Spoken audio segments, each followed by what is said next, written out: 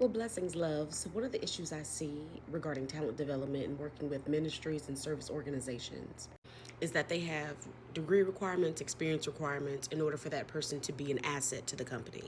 And of course, there's nothing wrong with that. Obviously, have your standard on both ends as the employer and the employee. But where they fall short is that once they acquire the employees, once they have the team, once they have the staff, once they have the volunteers, there is no trajectory for ongoing development outside of understanding organizational culture, which is important, but how are you upskilling your team?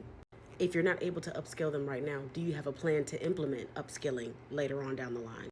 And it is a two-way street. You as the employee, I would advise upskill yourself. Make sure you're doing your own seminars and getting your own certifications and all the things. But as an organization, it is your responsibility to add value to your team, to add value to your staff and their volunteers. Anyone that you have an expectation to receive results from, you need to be developing them. And this is how you're going to do it. You're going to assess. You have to assess and figure out where the skill gaps are. This can start on every level of the organization. It's easier to do it within teams rather than the org as a whole.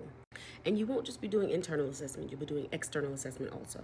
You want to match the skills of your employees and see what they're acquiring against industry standards.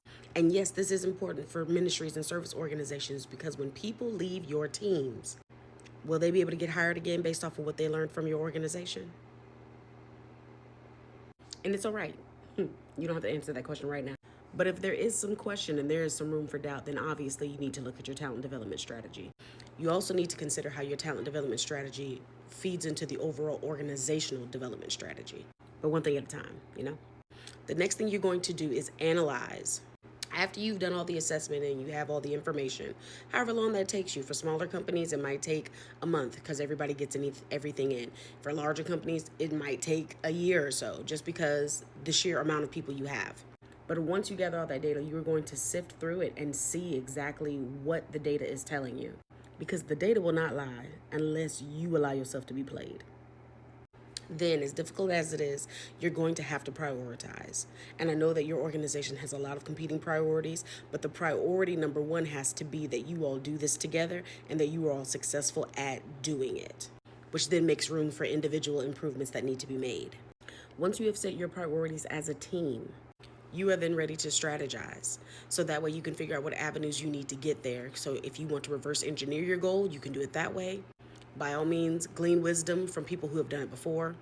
Or you can hire somebody like myself who is an operations strategist who works with ministries and nonprofits and service organizations to help them develop their people and prepare their seats. Either way, there's a lot of things that you could do, right?